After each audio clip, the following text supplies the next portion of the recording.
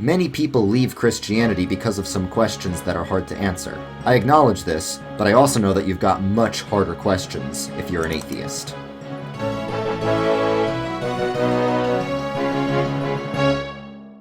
Hey guys, welcome back to KingdomCraft, where I build this big church in Minecraft while I talk about Christianity. And today I'm going to be talking about 3 questions that are perfectly easy for Christians to answer, but are almost impossible for atheists to answer. Now, just some definitions real quick.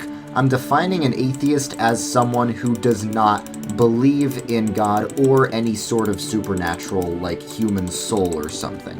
Now, I know atheists will say, oh, we're not claiming God doesn't exist, we're just saying we have a lack of belief. Sure, whatever. I'm not going to argue with them right now. But I'm just defining an atheist as sort of a naturalist, someone who does not believe positively in the supernatural. The first question that they really can't answer is, why is human life worth more than an animal life? And I'm also, what I'm doing in Minecraft is I'm going to make an enclosure to breed some animals, because I want to be humane here. This is a church after all. So I will be harvesting meat, but I want them to have a lot of roaming space. I'm not going to, like, factory farm them. Of course, in real life I have to be better about not eating factory farmed meat. Anyway, but yeah, so, Christians do care about animals and animal life because, I mean, they should at least, because I think God cares about them. The Bible seems to say that. But, we know that human life is superior to animal life. Human life was set apart in the Garden of Eden.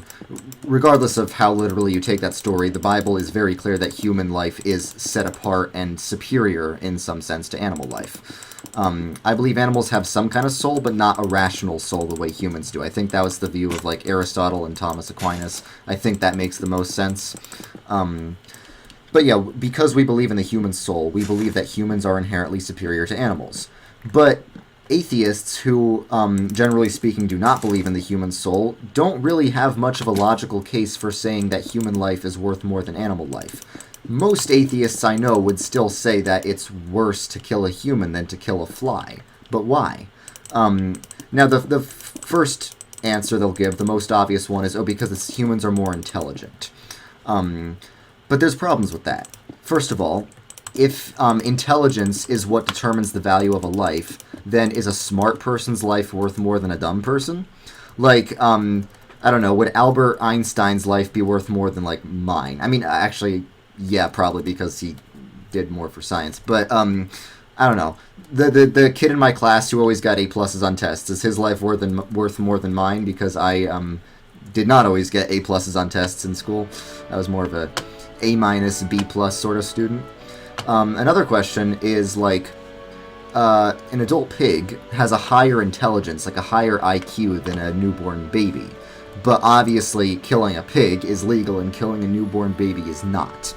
And if they're going to say it's because of what the baby's going to turn into, then they should be pro-life, which they're usually not. So their arguments really fail. They know instinctively, and they're correct about this, that human life is worth more than an animal life. That's based on natural revelation that we can just figure that out.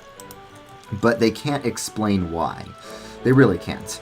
And the best they can do is say that we just have loyalty to our own species, but that's not actually saying why it's wrong to kill a human. That's just saying why humans don't want to kill other humans. And I don't even know if we can say there is an inherent interspecies loyalty, because you could say with evolution we have evolved to be loyal to, like, our own clan or tribe, but not to humanity as a whole. That's why humans have killed each other for all of history. It's like, yeah, they're loyal to their own clan, but not to the one that they're competing with. Definitely not. That's why humans have treated each other worse than, like, any animal species has treated each other. So that argument really fails. So they really can't explain why humans have any inherent worth at all. And that's why the most genocidal regimes in history were atheistic. Because if there's no inherent, like, human value, no inherent human essence, so to speak, then human value is determined by how useful it is. And that's why, say, if you're Stalin and if you're a communist, then you think human life is only valuable if it contributes to the utopia you're trying to build, for example. So it's very dangerous to not boldly assert that human life has inherent worth. It's very dangerous. And, like, the Enlightenment philosophers still believed in, like, human rights, but, in the Enlightenment, people started to question the existence of God, and that laid the bedrock for denying human rights. Now, I don't know if I believe in human rights in, like, a John Locke sense, because I don't think that there's something inherent.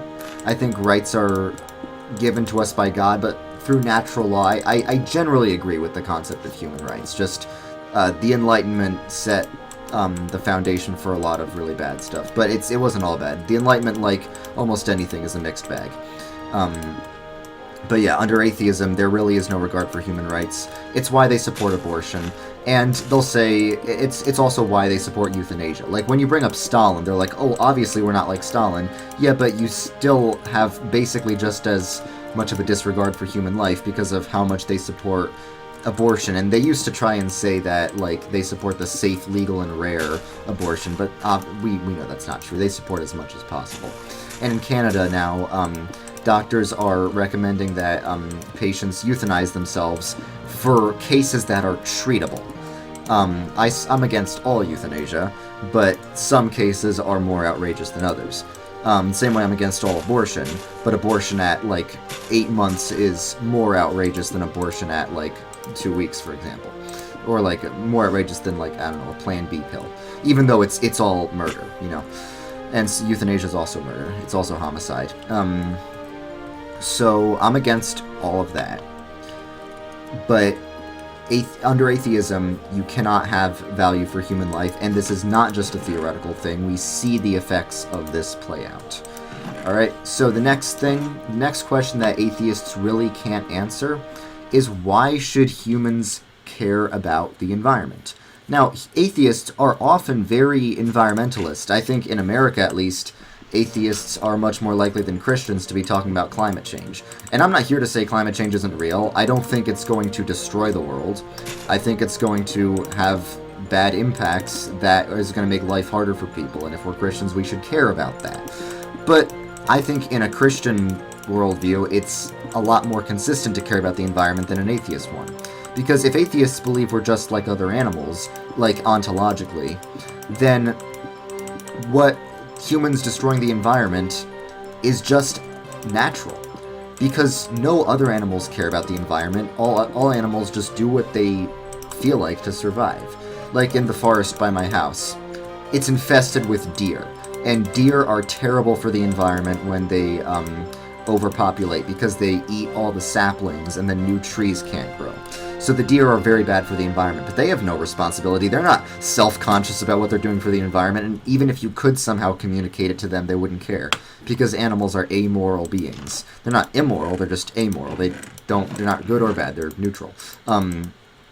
So, like, saying that humans have a responsibility to take care of the environment implies that we're somehow, like, inherently above other animals. Now, of course, we would all agree humans have more technology and more intelligence, generally speaking, than other animals.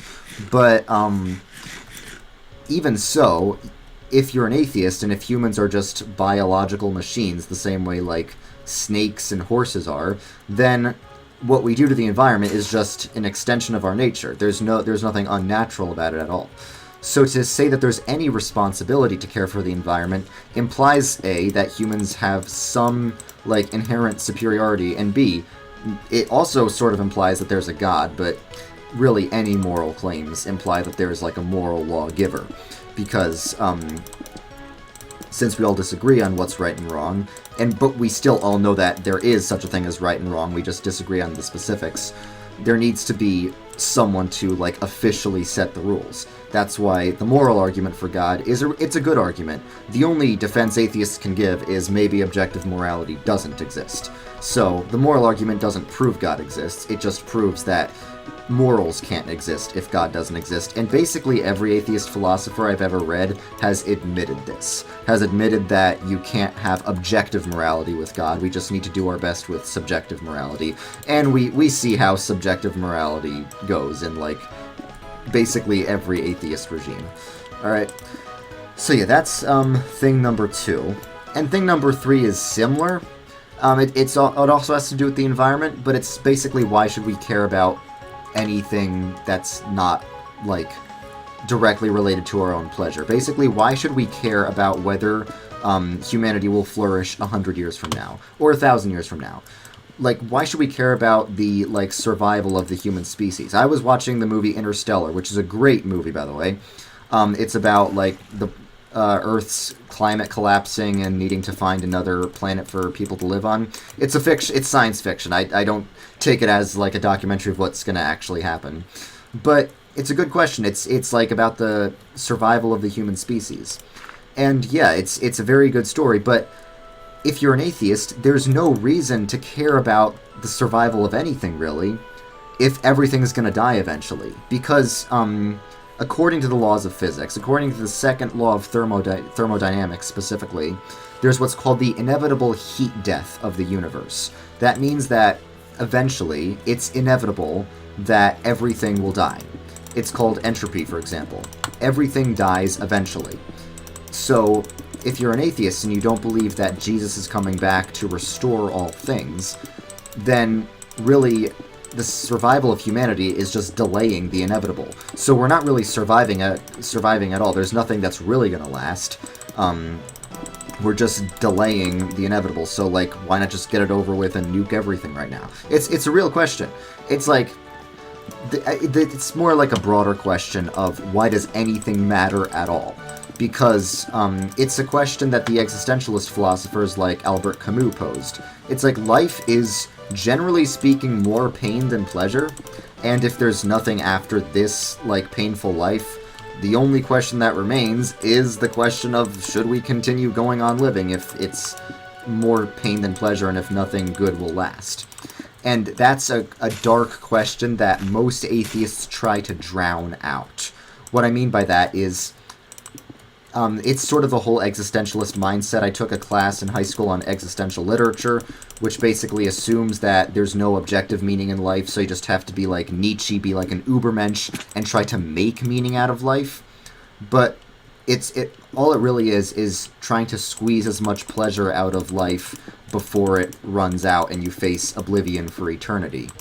So the questions that no atheists really want to confront is that nothing, and I mean nothing, actually matters if it'll all disappear anyway. There's no good or evil.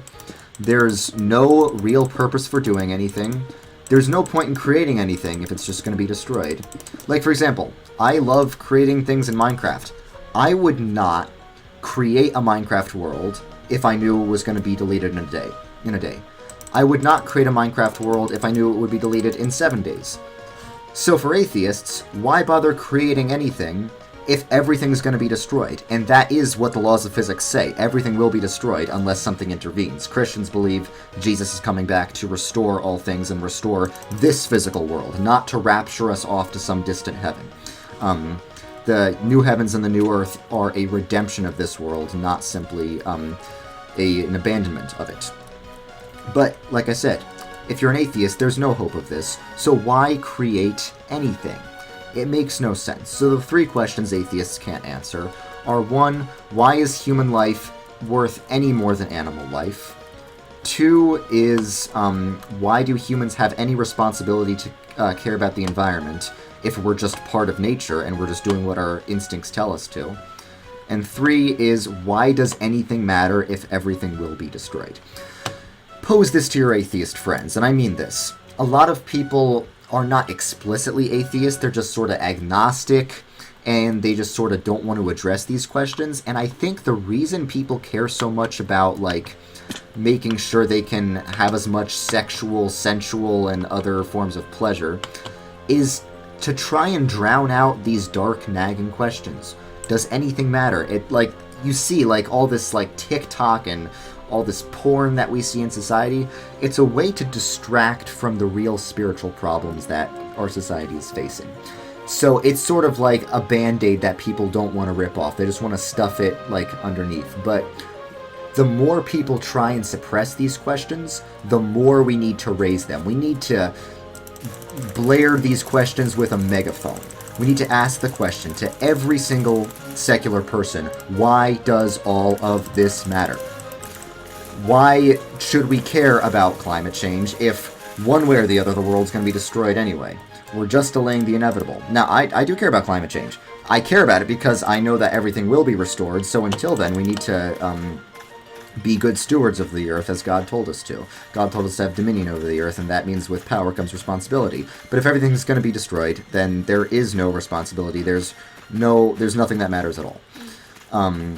So we need to also ask the question, especially the third one, like, why does any of this matter?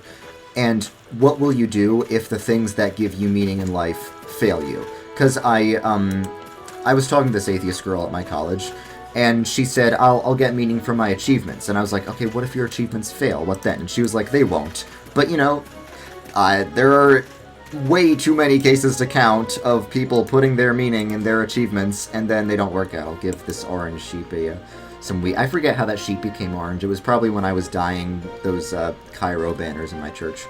But yeah. So it's something that people want to avoid, and a lot, especially even like a lot of the laws and policies that are made these days. Like Matt Walsh, like I know I don't normally listen to political commentators, but he talks about way more than just politics. I'm gonna start breeding these sheep. I forget why they're yellow. He talks about the parrots and the bats, that's funny. He talks about the real spiritual problems that are facing us, and he says that the only right that people still care about is the right to sexual pleasure, because it's the only way to drown out these big questions, but we need to not let people drown them out. Alright guys, I'm going to speed this up while I do a bit of work in my garden. I've worked on this for many episodes, so I know you guys want to see something else. I'm just going to try to finish most of it up in the speed run. In the speed up, sorry. And yeah, thanks for watching, and I'll see you guys later. Bye.